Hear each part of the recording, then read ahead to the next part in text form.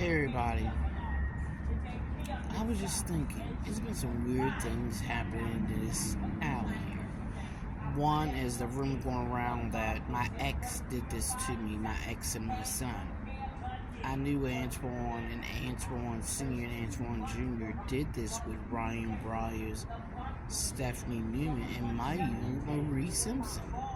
I don't know. Might even be with Henrietta Ott. I don't know. Might even be with my cousin Vicky, but definitely with Marianne Boyer and Eric Inkroth. But I'm starting to hear that, and I didn't have to hear it to know it to be true. It's hot as shit in this alley. That's why I'm underneath this umbrella. It's not raining. It's like 84 degrees, but it seems like this sun is beaming so heavy down on me. It's ridiculous. Who you hear in the background is Cheryl. I don't believe a goddamn word she says, but I believe her right to say it. I love hearing her. Anyway. But yeah, maybe T-Ray is eating that damn Burger King. Maybe he got that Whopper with cheese. Maybe Antoine is eating that shit too. I know Stephanie and them are. I hear that more than anything. I hear that more than anything about Melvin Hargis. Excuse me, Antoine Newman. Because they're the only ones who haven't had real jail. Antoine Mason hasn't either, but compared to most criminal-wise, Antoine Newman and Melvin Hargis are fairly new to it. So they never really experienced handcuffs and things like that. So they might be eating the Whopper too. But I don't know. I keep hearing little rumors, and who they're describing, I don't know who that is. They still have the misconception that I know what's going on.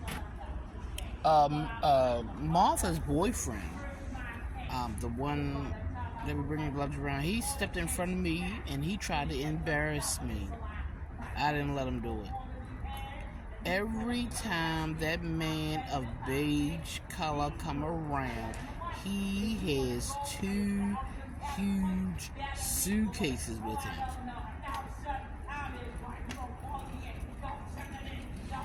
Why? He left 2. Y'all know I make videos about him leaving 2 suitcases with Martha, and then he came past like 3 times pulling shit out of it. And I thought that must be the endless bottom suitcases, because he's pulling things that I can't even imagine fitting in that damn suitcase all at one time. He pops up in front of me to embarrass me. And this man has 2 new, bigger suitcases. And that's Martha's boyfriend. Well, I don't know if it's her boyfriend or not, but yeah, he has 2 more suitcases. And I'm wondering, does he go? How you doing, baby? I'm wondering, does he go to the airport and pick him up because somebody left him? Or do he go to the airport and pick him up because somebody waiting for him too? He is sneaky little beige colored man. He look like all the rest. I seen him all over Dundalk. I seen him all over everywhere. But I don't know what to tell you, but I will say this. Every time, I got a video of him on here, I believe. Every time I see Martha's friend, he's younger than her, he has 2 new suitcases. And I don't even want to know. I don't even care or any of that stuff. What the hell are y'all doing with all these suitcases? But ain't my business, because even though they call me a snitch, I am not a snitch.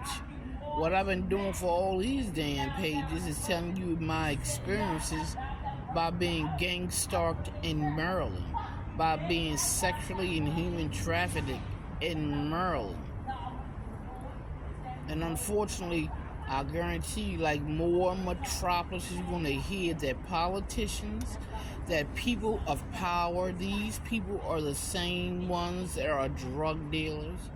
They only a half a step off of the street corners. I'm gonna tell you now, you're not gonna be surprised about who they are. In the background, that's Cheryl. Sometimes I don't believe a damn word she says, but I believe her right to say it. And I love to hear every damn day. This is an encampment for women. Domestic violence, sexual assault, rape, molestation as kids, children trauma, adult trauma, mental illness, physical illness, physical altercation, physical fighting, physical harm. This is what is in this alley. So when men hear me fussing, and then I gotta hear the men say, "This alley not for women. You don't own this alley." No, we don't, and I will never say it again. But don't come down this alley at 4:30 in the morning while we are asleep and say that. Don't come down here 4:30, 3:30 a.m. and say you taking a stroll through the alley. You're a liar. And you are a potential killer. You're definitely a potential rapist. And we can't protect ourselves. We can't have any form of privacy. This is what we got here in Maryland. Maryland, where there is no fingerprinting. Now all of a sudden people wondering why we got an upbeat in robbery and larceny. We don't have any fingerprint. And no, it's not because I've been saying it all over the internet for the last 3 years. It's been on the books. That's how I found out that there was no fingerprint in Maryland. When I begged Maryland to help me because I was being harassed. My front door, my back door, all my windows were cracked. I was calling the police. My phone was hacked. My computer was hacked. And all Officer Curl and Cross and all them officers that came to my house did was gaslight me. That's what they did. That's what they did. And ignored my concern. They just wanted to know if me and the black family were having issues, and we weren't. It was me and the white family, because the woman was Mary Ann Boyer. She was the foreperson on Montana Baronette trial, and her husband, Donald Grow, loved to break in brown-skinned women's homes. He has a record, but not one Baltimore City police looked, because there's no fingerprint in Maryland. How do you investigate all these crimes? People got guns and getting killed. What did you fingerprint? Because you sure as hell didn't fingerprint that gun. There's no justice here in Maryland for brown-skinned women. And you better not be homeless, because if you fall asleep anywhere on a bus stop, on a corner, they're going to put a needle in your body, stuff up your nose, and they will sex traffic you until they can't do it no more. Cameras see it. People see it. They'll put you on a cart and roll you around. You wonder why you ain't got no teeth in 10 days.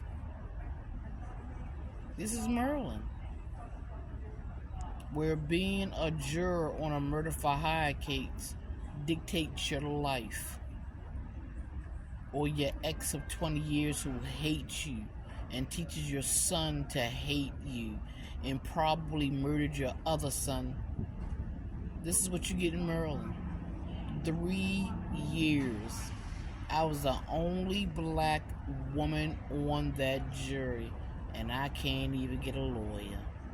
3 years. Share, like, and follow.